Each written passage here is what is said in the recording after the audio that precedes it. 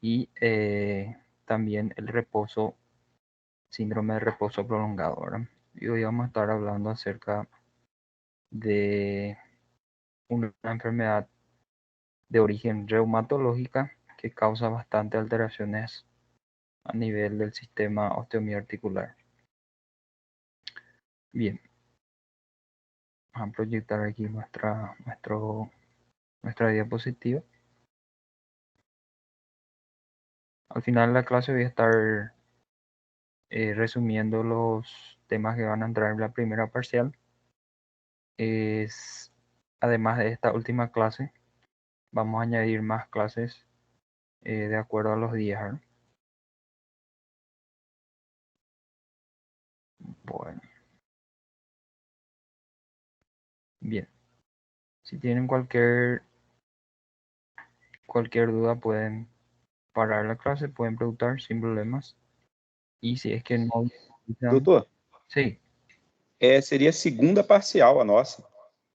Sí, perdón, la segunda parcial. Yo dije primera hora, segunda parcial.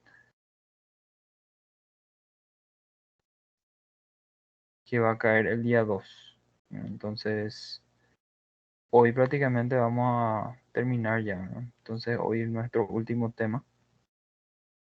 Y entonces vamos a dejar hasta artrosis, ¿ok? Bien, así como les estaba diciendo, si tienen alguna dificultad de escuchar el audio o de visualizar la diapositiva, pueden avisarme, ¿ok? Bien, entonces vamos a hablar de un tema bastante frecuente, ¿verdad? Principalmente se van a estar hablando ahí en clínica médica, seguramente ya hablaron, y se trata de una enfermedad que se engloba en la área de reumatología, ¿verdad? Vamos a hacer una pequeña introducción y posterior a eso vamos a estar hablando de la patología, vamos a estar hablando de la clasificación y después vamos a estar hablando ya de la patología en sí, ¿ok? Bien, en el campo de la traumatología, ustedes ya saben que es una especialidad médica, es rama de la medicina interna y la pediatría, y está dedicada a los trastornos clínicos, o sea, aquellos que no son quirúrgicos del aparato locomotor y también de tejido conectivo. Entonces, él trata de estudiar las enfermedades reumáticas y también denominadas conectivopatías, aquellas también que afectan a todo el sistema, ¿verdad? O que tienen una afectación sistémica, ¿verdad? Vamos a estar englobando, vamos a estar separando por grupos, vamos a ver las diferenciaciones. Vamos a hablar del primer grupo, que son las artropatías degenerativas, ¿ok? Pueden afectar generalmente las articulaciones, los huesos, músculos, tendones y fascias, e incluso la expresión sistémica. Entonces, cuando hablamos de una enfermedad de origen reumatológica, estamos hablando ya también, aparte de una toma del sistema osteomiarticular, vamos a estar hablando de ciertas enfermedades que pueden hacer alteraciones sistémicas, ¿no? Siempre y cuando hablamos de sistémico, nos estamos refiriendo obviamente a los sistemas, ya sean cardiovascular, renal, el sistema pulmonar también, ¿ok? Bien. Vamos a entrar en la clasificación de las enfermedades reumatológicas. Primeramente, en el primer grupo tenemos las artropatías degenerativas, o sea, aquellas enfermedades que alteran ahí la articulación y que son, como su nombre dice, son degenerativas. Tenemos ahí la número 1, la artrosis, que es una enfermedad degenerativa articular. Ella puede ser primaria, ¿verdad? La primaria, o también denominada idiopática, ella puede subdividirse en localizada o generalizada, ¿ok? La localizada, cuando hablamos de la localización, puede aparecer ahí en las manos, un lugar bastante frecuente de la artrosis, ¿verdad? Podemos observar los signos clínicos como los nódulos de Herben, los nódulos de Borchardt. También se puede constatar la risartrosis del pulgar, una gonartrosis, una cosartrosis o también otros tipos de alteraciones articulares, ¿ok? Y posterior a eso está, como su nombre ya dice, generalizada cuando afecta más articulaciones, ¿ok? La localizada, como su nombre dice, está nada más en una articulación, ¿verdad? Posterior a eso tenemos la otra clasificación, que sería la secundaria, que es debido a otros procesos patológicos, como por ejemplo una post-fractura, ¿verdad? O sea, de origen postraumático. Cuando haya una fractura, por ejemplo, que acometa ahí cercano a la nivel de articulación, una fractura a nivel de articulación, puede cambiar la estructura de esa articulación, entonces causando una alteración en la congruencia articular. Entonces la movilidad va a estar restringida y obviamente va a haber alteraciones a nivel de cartílago, produciéndose así las artrosis, o sea, secundarias a traumatismo, ¿verdad? Tenemos también las que son de origen secundaria congénita, ¿verdad? Ellas también se pueden dividir en localizada o generalizada, ¿ok? Posterior a eso tenemos, dentro de la artropatía degenerativa todavía tenemos las espondiloartrosis, ¿verdad? La espondiloartrosis es una alteración también a nivel de articulación en la columna vertebral, ¿verdad? Produciéndose un deslizamiento de una vértebra sobre la otra vértebra, ¿verdad? Podemos constatar entonces la discartrosis, la artrosis interapofisiaria y la oncartrosis, ¿verdad? La discartrosis se produce a nivel del disco intervertebral, las artrosis interapofisarias, como su nombre dice, entre la apófisis, y la oncartrosis ya cuando hablamos de articulaciones un poco más bajas, aquellas que están fusionadas, ¿verdad? Bien, acá vemos una imagen bastante característico de los signos clínicos del nódulo de Herbert y los nódulos de Borchardt, ¿verdad? Ubicados ahí en las interfalanges, tanto en las distales como ahí en el dedo índice. Acá nos muestra el dedo índice. Y en los dedos también, en las interfalángicas proximales y mediales también, ¿verdad? Entonces ahí está el nódulo de Borchardt y los nódulos de Herbert, ¿ok? Y también se puede constatar una alteración estructural en la articulación interfalángica o carpofalángica del pulgar, ¿verdad? Entonces ahí se constata una alteración morfológica de esta articulación, ¿verdad? Que comúnmente se le llama risartrosis del pulgar. ¿Ok?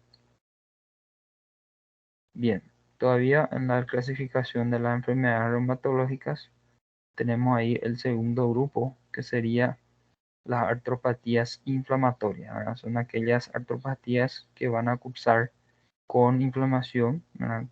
Inflamaciones en algunas ocasiones que van pasando, ¿verdad? En el periodo del tiempo y se vuelven crónicas, ¿verdad? Entonces, siempre con contenido inflamatorio, el paciente va a sentir bastante dolor, bastante molestia y consecuentemente va a tener también las limitaciones funcionales, ¿verdad? Número uno tenemos ahí la artritis reumatoidea, que es una entidad bastante, o sea, que causa bastante dificultad de movilización al paciente, ¿verdad? Es una enfermedad autoinmune de etiología no constatada hasta hoy en día, ¿verdad?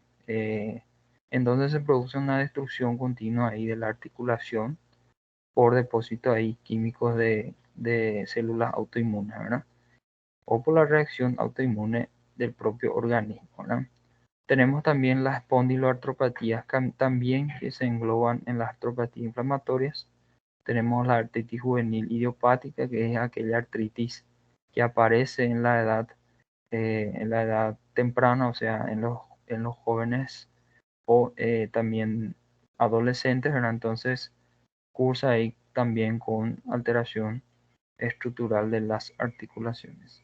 Enfermedades por microcristales o por depósitos de microcristales, ¿verdad? Sería la gota ahí por, por depósito justamente de estos cristales cercana a una articulación, entonces produciendo así una inflamación continua y también la alteración de la articulación, ¿verdad? Posterior a eso tenemos la artritis séptica, ¿verdad? Debido a a una infección, ¿verdad?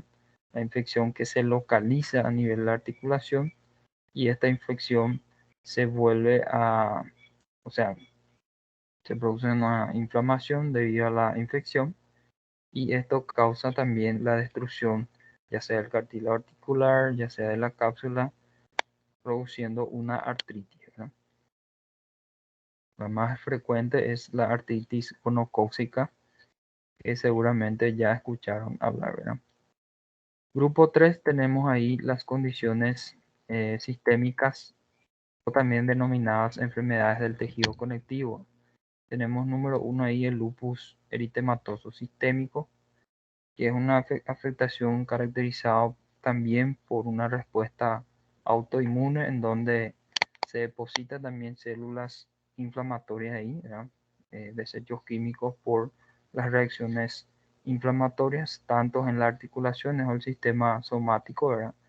Y también en los órganos, como por ejemplo las válvulas del corazón, como también a nivel renal, a nivel pulmonar, y también se ve bastante respuestas a nivel de la piel, ¿verdad? Entonces es una entidad bastante, digamos así, fisiopatológicamente bastante compleja, ¿verdad?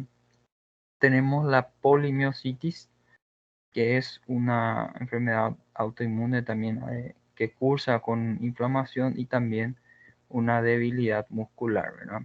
Y la dermatomiositis, que además de tener la debilidad muscular, el paciente va a tener alteraciones a nivel cutáneo, ¿verdad? Ambas pueden provocar debilidad muscular, pueden causar ahí una debilidad a nivel del grupo muscular de las caderas, produciendo hasta incluso dificultades para caminar, ¿verdad? Tenemos la sarcoidosis también, que son depósitos ahí de respuestas del proceso inflamatorio, también a nivel de tejidos colagenosos, a nivel ya sea de las válvulas cardíacas o en otros locales en donde haya tejido conectivo, ¿verdad? Y la vasculitis, que ya saben que es una alteración de la vascularización, ¿verdad?, de los vasos sanguíneos. Bueno, grupo 4 tenemos lo que llamamos reumatismo de tejidos blandos, o sea, producto ya una alteración primaria, como por ejemplo una artritis, ¿verdad? Los reumatismos de tejido blando podemos ahí citar las lesiones justarticulares, como por ejemplo la bursitis, ¿verdad? La bursa sabemos que es una bolsa cerosa que generalmente está entre el hueso y el músculo, entonces previene el roce entre las estructuras óseas y la musculatura, ¿verdad?, produciendo así entonces una protección, ¿verdad? Esa bursa puede inflamarse debido a otros procesos inflamatorios como la artritis, ¿verdad? Y la tendinitis, obviamente, pues ustedes saben que los tendones de los músculos, ellos se prolongan hasta la articulación, ¿verdad? Unas veces pasan la articulación y se insertan en el hueso, entonces también ellas están ahí a merced de una inflamación, ¿ok? Alteraciones del disco intervertebral, que ya hablamos ahí, puede ocurrir ahí la destrucción del disco intervertebral secundaria a unos procesos inflamatorios a nivel de la columna vertebral, también produciendo como entidades ahí la lumbalgia o también la lumbociatalgia, en donde ya se ve una compresión de raíz nerviosa, ¿verdad?, producto de esas alteraciones morfológicas de la estructura vertebral. Y también tenemos los síndromes dolorosos misceláneos, ¿verdad?, también un grupo de enfermedades autoinmunes, como por ejemplo la fibromialgia, que es una enfermedad autoinmune en donde hay dolor a nivel del vientre muscular que puede ser generalizado, ¿verdad? La mayoría de las veces se puede encontrar más de 11 puntos dolorosos en el paciente, bastante dificultosa su tratamiento porque le produce al paciente, además de una alteración en nivel del sistema osteomiarticular, produce también o concurre con depresión, ¿verdad? Entonces, el paciente vive ahí con dolor, dificultad de realizar su actividad diaria y camina hasta llegar a la depresión, ¿verdad? Algunos pacientes con ansiedad, entonces es bastante dificultoso su tratamiento, ¿verdad? Tenemos la cervicalia también, que puede ser ahí producto de una compresión, ¿verdad? Ya una compresión que se produce por las alteraciones articulares de la columna, ¿verdad? Codo de tenista, que llamamos ahí comúnmente como epicondilitis o epitrocleitis cuando se trata de lo contrario, ¿verdad? Cuando hablamos del codo de golfista. Las bursitis olecraneanas también son frecuentes ahí en las artritis ahí que acometen a los codos, ¿verdad? Bien, grupo 5, las enfermedades asociadas al hueso.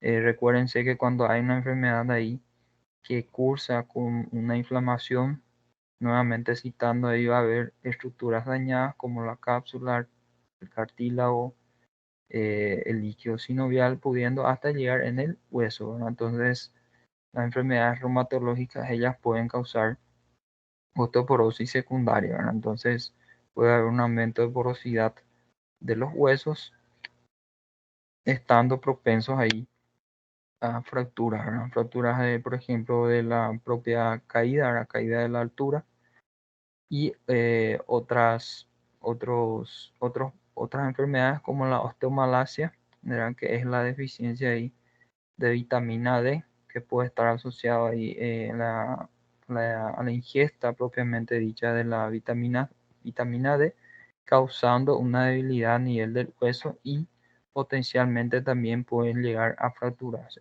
¿verdad?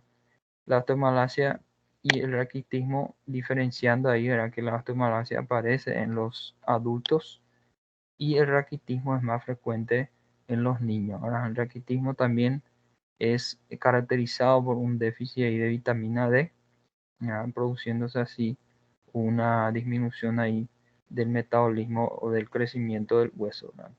¿Okay? Y tenemos otras más clasificaciones ahí, pero vamos a dar vital importancia a la clasificación del grupo 1 y del grupo 2, ¿verdad? Que vamos a estar hablando de la artrosis y la artritis, ¿ok?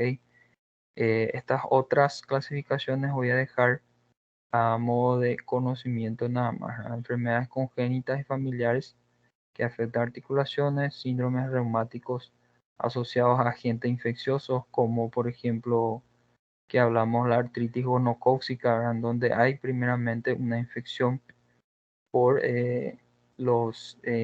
por una infección ya sea del tracto genital, ¿verdad? Genital masculino o femenino, y después migrando a una zona articular. Entonces, el sistema autoinmune reconoce esa bacteria que está produciendo ahí esa infección, ataca esa bacteria, pero no consigue diferenciar entre el tejido que está normal y la bacteria. Entonces, produciéndose una destrucción ahí, ¿verdad?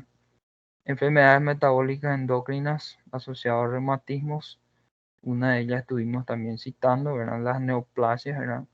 Los tumores óseos, los trastornos neurovasculares, las misceláneas con manifestaciones y otros tipos de clasificaciones ahí que no vamos a adentrarnos, ¿ok?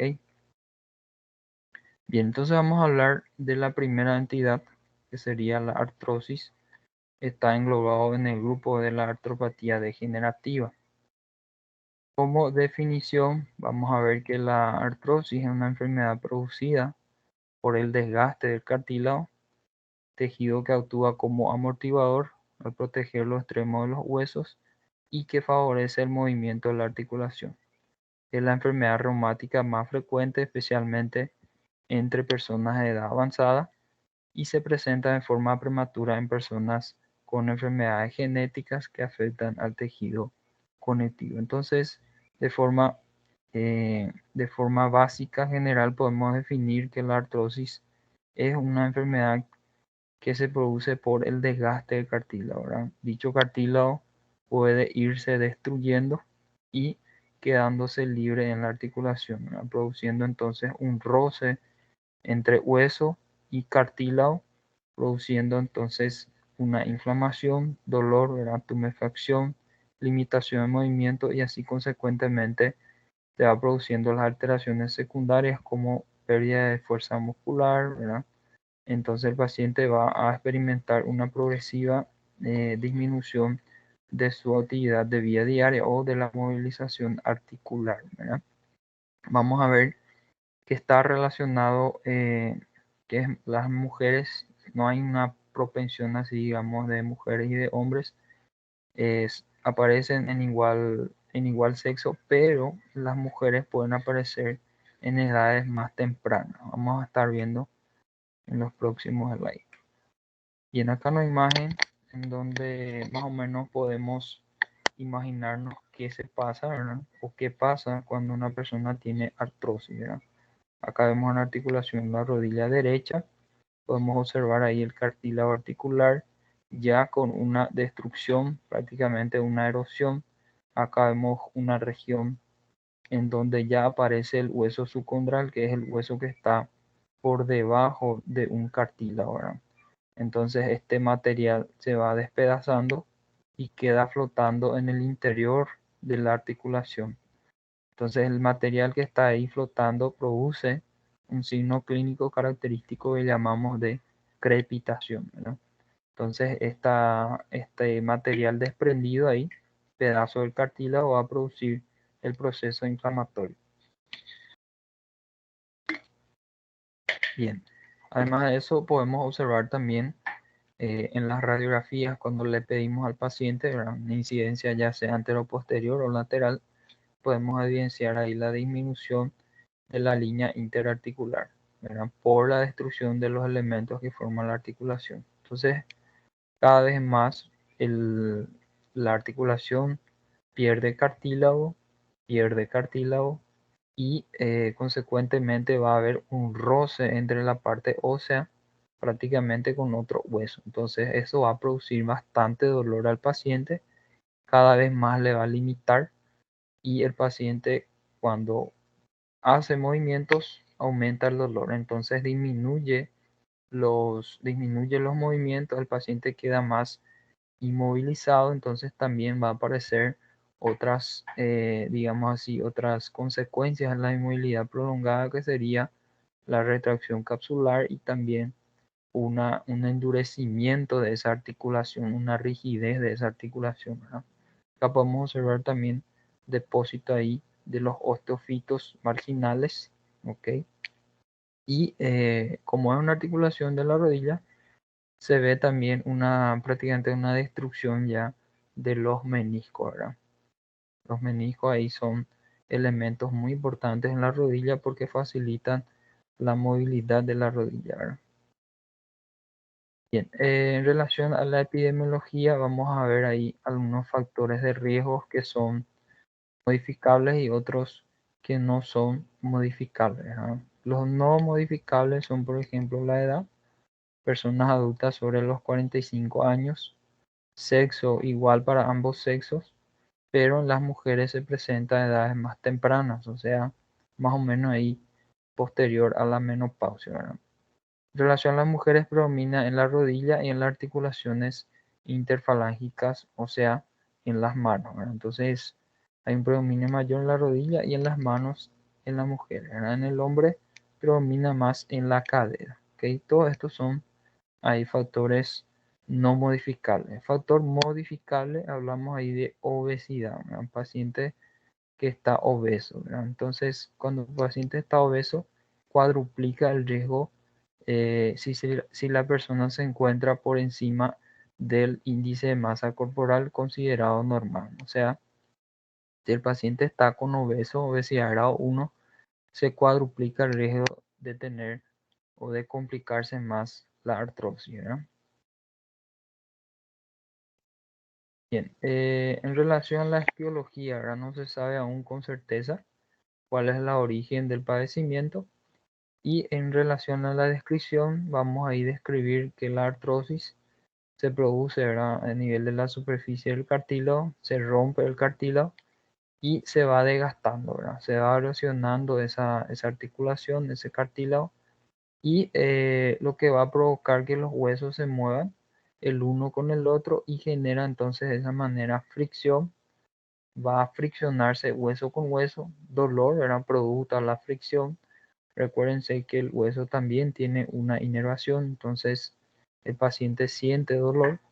Hinchazón era la respuesta inflamatoria, era un edema, una tumefacción a nivel hasta mismo de los ya sea a nivel del líquido sinovial, a nivel de la cápsula articular, pérdida de movimiento de la articulación, y con el tiempo la articulación llega a perder su forma original, o sea, hay una alteración en la morfología de la articulación, va a estar deformado con el tiempo, ¿verdad? Pacientes que cursan artrosis crónica te van a ver en las mujeres, si observan en algún día, van a ver que esa articulación va a estar deformada, ¿verdad? No va a estar en su línea normal, va a tener, si en el caso de las mujeres puede tener una acentuación en su valgo fisiológico, y en los hombres puede haber una acentuación en el varo fisiológico. Además de eso, las alteraciones que ya vimos en la imagen, ¿verdad? Los nódulos de Herven, ¿verdad? Que aparecen en los dedos, en las articulaciones interfalángitas, ¿verdad? Además de eso, pueden crecer espolones que ya vimos también en los slides anteriores.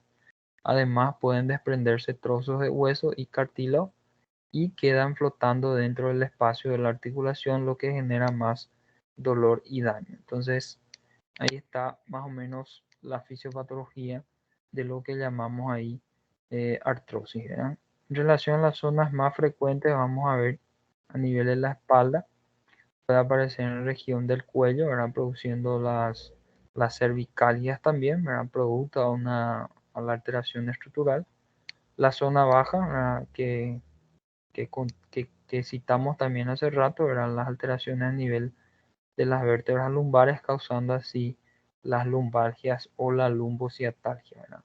A nivel de cadera, destrucción a nivel de la articulación coxofemoral, produciendo también debilidad de los músculos, ya sean del cuádriceps femoral, de los isquiotibiales y de los glúteos, ¿verdad?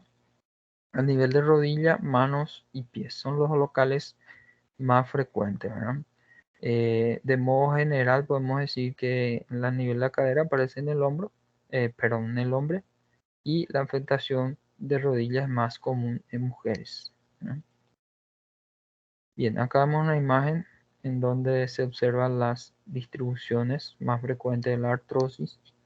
Podemos citar entonces la columna vertebral lumbar, produciéndose así entonces lumbalgias o lumbociatalgias, consecuentemente o secundariamente a los procesos que deforman ahí la articulación. Podemos citar la cadera en los hombres, ¿verdad? Eh, en donde se produce también la alteración a nivel de la cabeza del fémur y el acetábulo, ¿verdad? Prácticamente pierde la línea interarticular, pudiéndose entonces producir roce hueso con hueso. Estos pacientes, la mayoría de ellos optan ya por el tratamiento quirúrgico como, como salida, ¿verdad? Como última salida, ¿verdad? Entonces se hace ahí la artroplastía de cadera, se pone ahí la, la prótesis y el paciente tiene su largo proceso de rehabilitación para poder recuperar la movilidad, la fuerza muscular, etcétera, ¿verdad? Las manos, ¿verdad? La presión en las manos ya vimos que es más frecuente en las mujeres. A nivel del pie, también hablamos ahí de la aparición en el primer, en el primer, en la primera articulación del pie, ¿verdad? Que sería a nivel del dedo gordo, ¿verdad? También la rodilla vemos bastante frecuente en los pacientes femeninos, ¿verdad? Se producen las alteraciones en valgo o en varo, dependiendo qué alteraciones iniciales ya tiene el paciente. A nivel de la rodilla también, cuando la artrosis es severa ya y es crónica, se trata a través de la cirugía, ¿no? Bien, de modo general podemos clasificar la artrosis en tipo 1 cuando es de causa genética, la tipo 2 cuando es hormonodependiente, o sea, aquella que aparece después de la menopausia, y la artrosis tipo 3 relacionado ya con los procesos fisiológicos que aparecen en la edad, ¿verdad? Cuanto más edad sabemos que hay alteraciones que se esperan, ¿verdad? En relación a las manifestaciones clínicas va a aparecer el dolor, ¿verdad? Producto ahí a a la, al desprendimiento del cartílago articular, el roce, ¿verdad? Que va produciendo entonces el proceso inflamatorio. Rigidez articular por la inmovilidad discapacitante que va experimentando el paciente a lo largo de la enfermedad. La limitación para la movilidad, la pérdida de función que ya hablamos también, y el dolor es de característica mecánica. ¿Qué significa eso? Que el dolor puede empeorar con el uso de la articulación. O sea, cuando el paciente mueve la articulación, por ejemplo, si es si es en la rodilla, sabemos que hay dos movimientos básicos, ¿verdad? La flexión y la extensión. Entonces, cuando el paciente realiza estos movimientos, obviamente va a sentir dolor, ¿verdad? Y todo lo contrario ocurre cuando la articulación está en reposo, ¿ok? Bien, manifestaciones clínicas a la exploración física, primeramente, ¿verdad? Citando ahí la inspección, vamos a ver todo lo que es relacionado al proceso inflamatorio, ¿verdad? Tumefacción, dolor, tumor, rubor, calor, lo que sea, ¿verdad? Y también la alteración de movilidad, ¿verdad? Entonces puede constatar después a la palpación dolor, ¿verdad? Ubicado en la zona que está con la artrosis. La tumefacción ósea también se puede palpar y en las partes blandas puede haber sinovitis o derrame articular, ¿verdad? Se puede ahí aplicar entonces algunas maniobras para detectar si hay o no derrames articulares. La movilización de la articulación delimita el arco del movimiento y el grado de afectación funcional. O sea, el paciente realiza la movilidad y va a estar restringido por la artrosis, ¿verdad? La crepitación ósea es característica, o sea, aquel sonido de chasquido que se escucha ahí, que se escucha cuando acercamos nuestro oído a la articulación que está afectada, ¿verdad? En fases avanzadas se puede evidenciar deformidades, como ya hablamos. El paciente tiene una artrosis antigua, se puede ver una deformidad, ¿ok? Que es la deformidad articular.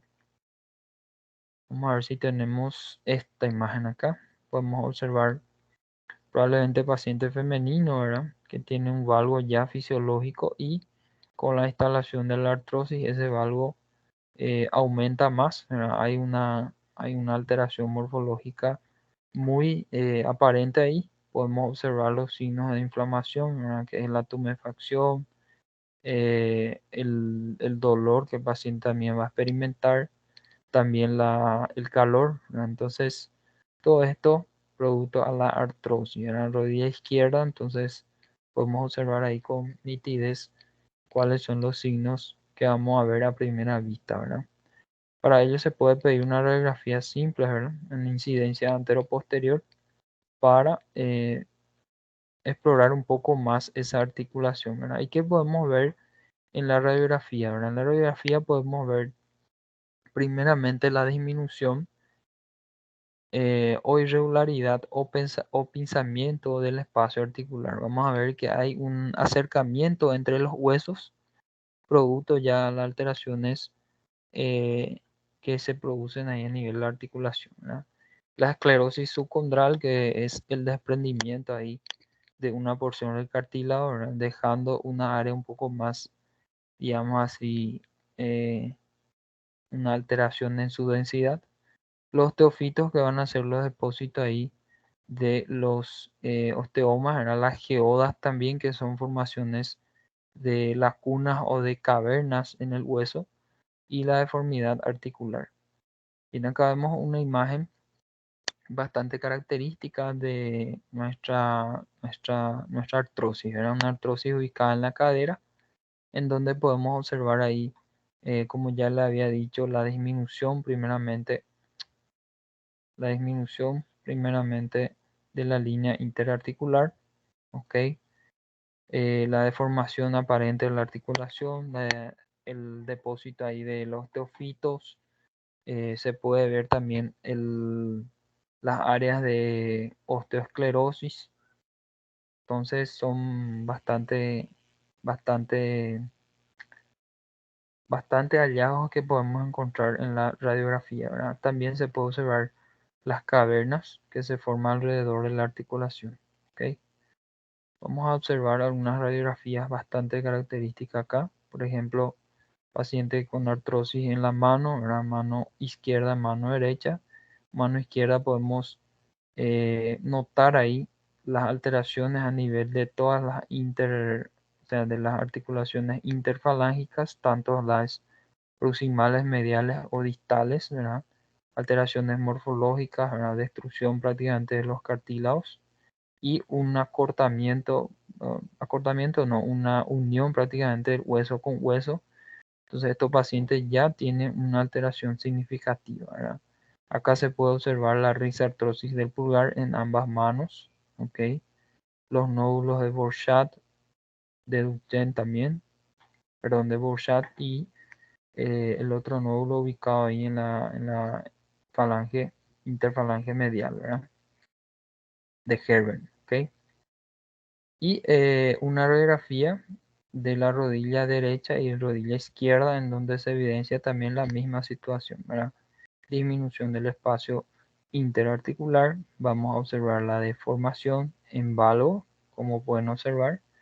Se puede también observar el depósito, o sea, la presencia de osteofitos marginales, ¿no? En donde se ve digamos así, la nitidez del calcio aumentado, ¿verdad? Y también se puede observar las esclerosis osteocondrales, ¿verdad?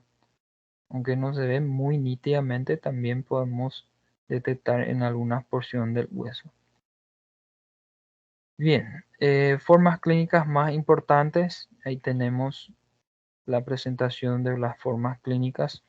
Pueden aparecer las interfalángicas distales, puede aparecer en las proximales, puede aparecer en el trapecio metacarpiano, puede aparecer a nivel del acoso femoral de la rodilla y también en otros casos en la artrosis a nivel de la vértebra.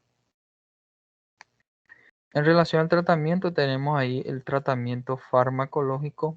Como primer escalón tenemos los antiinflamatorios no esteroideos y podemos citar varios de ellos, ¿verdad? Paracetamol, ibuprofeno, ketorolac, varios antiinflamatorios que se pueden utilizar, ¿verdad? Diclofenac también, creo que ya cité. Posterior a eso, si el dolor no mejora, se puede utilizar algunos corticosteroides. Si es que el paciente no mejora, se puede hasta mismo utilizar algunos opioides, opioides de baja respuesta, por así decirlo, ¿no? Como es el caso de la codeína o también el tramadol, ¿verdad? Entre los casos más graves, ¿verdad? Y también tenemos ahí los fármacos que van a modificar el curso de la inflamación. Entonces son los que se llaman FAME, ¿verdad? Como el metotrexato. El metotrexato es un medicamento bastante utilizado para la regresión ahí de nuestra artrosis, ¿verdad? Tenemos otros medicamentos también que auxilian o frenan prácticamente la destrucción articular. Son los prepulsores ahí de la formación del cartílago articular, ¿verdad? Por ejemplo, el condotrin sulfato o sulfato de condotin, como se llama, se puede utilizar también, ¿verdad? Otra alternativa es la reducción de carga articular, ¿verdad? Entonces los pacientes que tienen un sobrepeso o obesidad, entonces ellos deben de bajar de peso para que se reduzca también el proceso inflamatorio que se causa en la articulación, ¿verdad? Todas las medidas que reduzcan la carga sobre articulaciones artrósicas van a reanudar en un beneficio sintomático del paciente, o sea, pérdida de peso, medida de descarga como bastones o muletas también se pueden utilizar, ¿verdad? Bien, en relación a la rehabilitación, podemos también citar ahí la utilización de los aparatos de fisioterapia, ¿verdad? Como aquellos que van a generar calor con fines de analgesia y también asociados a la cinesioterapia para mantener la función articular. Recuérdense que por más que el paciente tenga dolor, hay que buscar mantener la función articular, ¿verdad? Para no instalarse ahí la rigidez articular.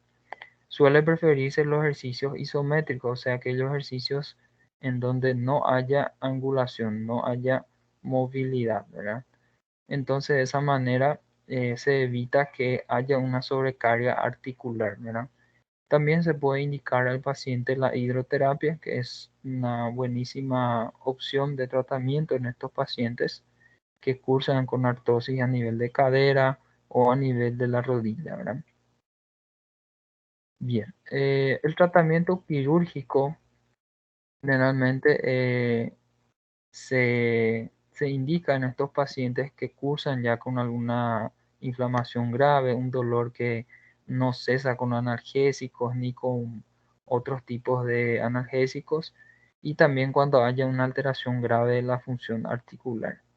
La cirugía está especialmente indicada en la cadera y en la rodilla mediante artroplastía total u osteotomía, ¿verdad? Cuando hablamos de artroplastía estamos hablando de la sustitución prácticamente de toda la estructura articular, ¿verdad? En donde se va a implantar ahí porciones de elementos o elementos de osteosíntesis ya sean de titanio y una porción de algún otro tipo de material, ¿verdad? Y la osteotomía se utiliza para corregir las deformaciones, ¿verdad? La osteotomía nada más la disección ahí del hueso y la corrección de alguna alteración, como por ejemplo en la rodilla vara, ¿verdad? O la rodilla valga, ¿verdad? En estos casos, ¿verdad? Se hace entonces la osteotomía, se retira de otra porción o de otra parte un pedazo del hueso y se coloca para corregir la alineación. ¿Ok? Bien, hasta ahí nuestra clase.